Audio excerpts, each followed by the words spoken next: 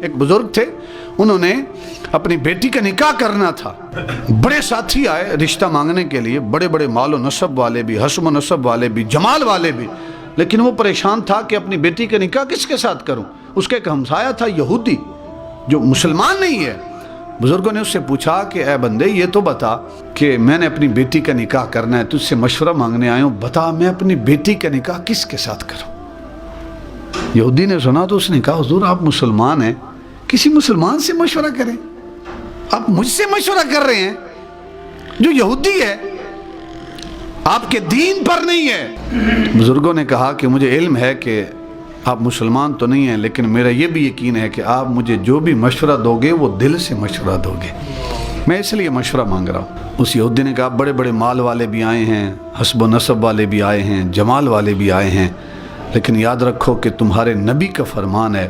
بخاری شریف کی حدیث مبارکہ ہے، تمہارے نبی کا فرمان ہے کہ تنکح المرأۃ لاربع، نکاح 4 وجوہات کی بنا پر کیا جاتا ہے، لمالہا مال کی وجہ سے، ولحسبہا حسب و نسب کی وجہ سے، ولجمالہا جمال کی وجہ سے، ولدینہا اور دینداری کو دیکھ کر نکاح کیا جاتا ہے۔ وہ یہودی کہتا ہے کہ تمہارے نبی کا فرمان ہے فظفر بذات الدین، اگر تم نے نکاح کرنا ہے تو تم مال کو نہ دیکھنا، تم حسب و نسب کو نہ دیکھنا، تم جمال اور حسن کو نہ دیکھنا، اگر نکاح کرنا ہے تو دینداری کو دیکھنا، پرہیزگاری کو دیکھنا۔ وہ یہودی کہتے ہیں جتنے بھی رشتے آئے ہیں ان میں سے کوئی رشتہ مجھے ایسا نظر نہیں آیا کہ جس رشتے کے اندر دینداری ہو، کہیں مال ہے، کہیں حسب و نسب ہے، کہیں جمال ہے۔ کہا کہ آپ کی مسجد کے اندر اگر مجھ سے مشورہ مانگتے ہو، آپ کی مسجد کے اندر آپ کا ایک طالب علم ہے، ایک سٹوڈنٹ ہے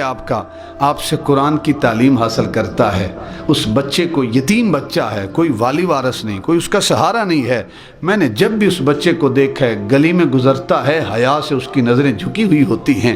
جب بھی مسجد میں دیکھا ہے یا قرآن کی تلاوت کر رہا ہوتا ہے یا اس کی جبین اللہ رب العزت کی بارگاہ میں جھکی ہوتی ہے، میں نے جب بھی اسے دیکھا ہے وہ اللہ کے محبوب کی بارگاہ میں درود و سلام کے نذرانے پیش کرتے ہوئے دیکھا ہے۔ اے اللہ کے بندے اگر مجھ سے مشورہ طلب کرتا ہے تو مال و نسب والوں کو بھی ٹھکرا دے، حسن و جمال والوں کو بھی ٹھکرا دے۔ اگر کسی کو اپنی بیٹی کا رشتہ دینا چاہتا ہے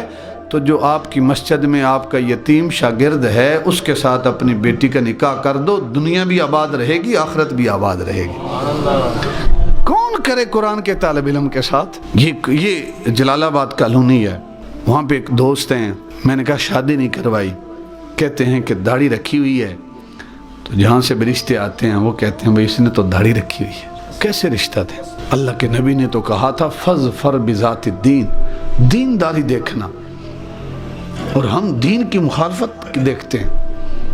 ہم دیکھتے ہیں یہ نمازی ہے کیا کرے گا، میری بچی کو کیا سنبھالے گا۔ اگر دینداری ہو تو ہم اس رشتے سے انکار کرتے ہیں۔ جب پہلے دن ہم نے دینداری کو دیکھا نہیں ہے، کیسے بابرکت اولاد ہوگی، کیسے باادب اولاد ہوگی، کیسے دین کے خادم پیدا ہوں گے۔ جب پہلی سیڑھی ہم نے غلط رکھی ہے، میں نے کہا شادی نہیں کی، کہتا داڑھی رکھی ہے، وہ کہتے ہیں جی داڑھی کٹوائیں پھر ہم بچی دیں گے۔ اللہ کے نبی نے تو کہا تھا فظفر بذات الدین، دینداری دیکھ کر اپنے بیٹے اور بیٹی کا رشتہ طے کرنا، نکاح کرنا، اور ہم دنیا داری دیکھتے ہیں، ہم حسب و نسب دیکھتے ہیں، ہم دین کی الٹا مخالفت کرتے ہیں۔ اگر قبر میں پہنچ گیا اور اللہ کے نبی نے پوچھ لیا ما کنت تقول فی حق ھذا الرجل،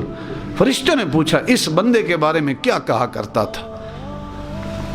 تو ہم کیا کہیں گے؟ حضور میں وہ شخص تھا جس نے بیٹی کا نکاح دیا تھا تو یہ دیکھا تھا کہ کون داڑھی منڈا ہے، کون کلین شیو ہے، داڑھی والے سے میں نے انکار کیا تھا، کیا اللہ کے محبوب کو ہم منہ دکھائیں گے؟